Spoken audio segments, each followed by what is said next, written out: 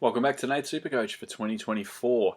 This is the round 16 review, all right, and probably the round 17 preview, because essentially I'm not down to too many trades left now, so there's not going to be this huge need to go over who I'm bringing and who I'm taking out. I've got a few trades I'm keeping for the next couple of rounds. If there's any injuries, fingers crossed there isn't, but if there is, at least I'm covered. So anyway, round 16, 2,347, quite pleased with that. 7 out of 11 league wins, not bad at all. So 1,072 place rise. I'm pretty happy with that. So the next goal is to finish the year in the top 10,000, and I think that's possible. It would be great if I could get in the top 5,000 or the top 1,000. That would be awesome. Not sure whether that's possible, but we shall see. I'll aim for that anyway. But 1,072, not a bad a rise for the round. Considering, as we'll get to the side, it was a pretty, again, underperforming primo round. I cannot catch a break this year, it seems, with these primos. I know if anyone that's a regular viewer to the channel will see. 7 out of 11 wins. Nicely done. Keep it up. I shall. Okay, so took Daicos as captain, 116. I was going to go with Daicos or Merritt. I was tossing up between the two. I was in a private league, and the guy I was playing against also had Daicos as captain. So I thought to myself, right, okay, if I go Daicos as well, if he goes high, then I haven't lost any points to my opponent. I kind of thought, tactically, well, it's Nick Daicos, blah, blah, blah. So anyway, the opponent that I had changed his to Flanders, and I had Daicos. And I think Flanders scored 2 points less than Daicos at the end of it, but he was on like 91 at quarter time or something ridiculous. So it wasn't looking too good for a while there, but Daicos crawled his way back. That's why he's defender number one.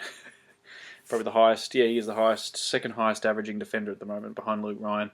So 116, not a great captain score, must admit, but again, for what this round dished up, I'll take it. Sheasel, 103, not too bad. 116 from Ryan. I was happy he finally delivered a little bit over, because the last couple of weeks he's been a bit underperforming. Whitfield, 117, I've been very pleased with a couple of his games. 63 to Ridley, that's poor. He should be scoring much more than that. I tried to work out what the reason was. He only had 13 touches. What's the Bombers' back line? I mean, Redmond took some kickouts. McGrath took a couple, I think, from memory he did. Not sure why he got 63. Could have just been an off night, but we'll see. I've got no plans to trade him. I don't really have the trades to really do any structural things at the moment. But 527, I don't know who I'd change him to. Houston's a bit of a roller coaster. Maybe McGovern as a pod. We'll see. Hayden Young, 62. Again, tight game against Sydney. Could only rack up 62. I don't think I'll be starting him next year, that's for sure. Jath didn't play, and Schoenmaker, 55. So again, I didn't lose anything by not playing Schoenmaker. Bont, 157.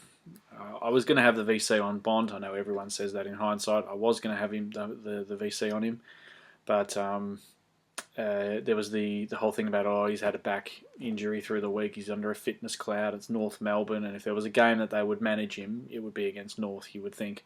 And they didn't, so we thought, okay, could he get subbed? There was always the threat of him getting subbed late in the game if he got re-injured. And then pulls out 157, so can't win. Zorko, 115, pleased with that. 78 from Merritt, that was a down night as well. I don't think there was much of a tag on him. I think it was just not enough possessions. I think from memory, what did he get? 23, I think, from memory. So not a fantastic night by his standards. 116 average, so that's kind of what we expect. 114 from Butters, we'll take that. 148 from Walsh. Very pleased with that. He's starting to repay the faith a little bit after some underperforming rounds. Steele, 95. Miller, 121. Pleased with that. And 101 from Clary. So we'll take that from him after some of the stuff he's dished up. 79 from Gawn. Not good enough. Simple as that. For a 631k ruckman, so down week. We'll just take that and move on to the next one. Marshall, 111. Pleased with that. Flanders, 114. Again, was on 91. I think it was either quarter time or half time. So to only get 114, you're disappointed with that. Could have gone at least 140. Reasonably close game as well. So the whole the ratio of points as the game gets going. So Heaney, 85. Again, would have liked a bit more from him. 127 from Caldwell. Really pleased with that. I brought him in.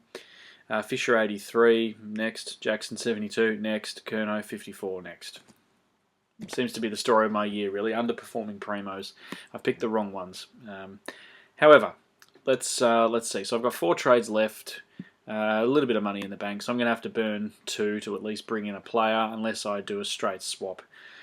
Is it worth doing a straight swap at this time of the year?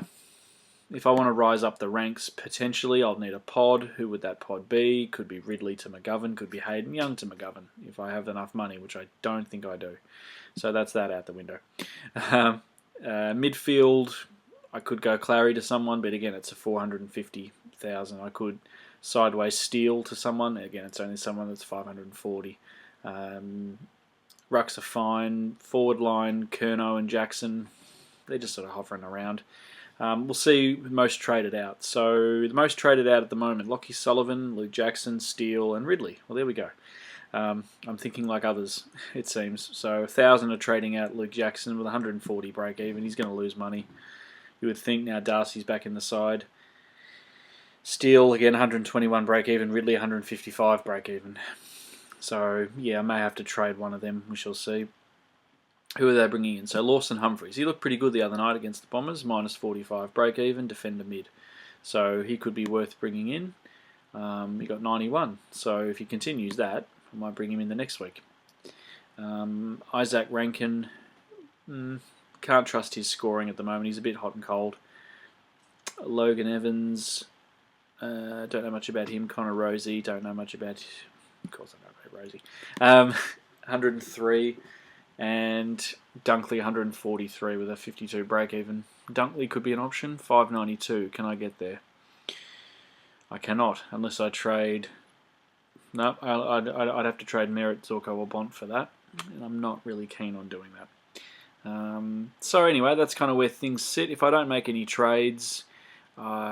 depending on who's playing when. Well, Dacos is playing Friday night, so I'll probably put Dacos the VC.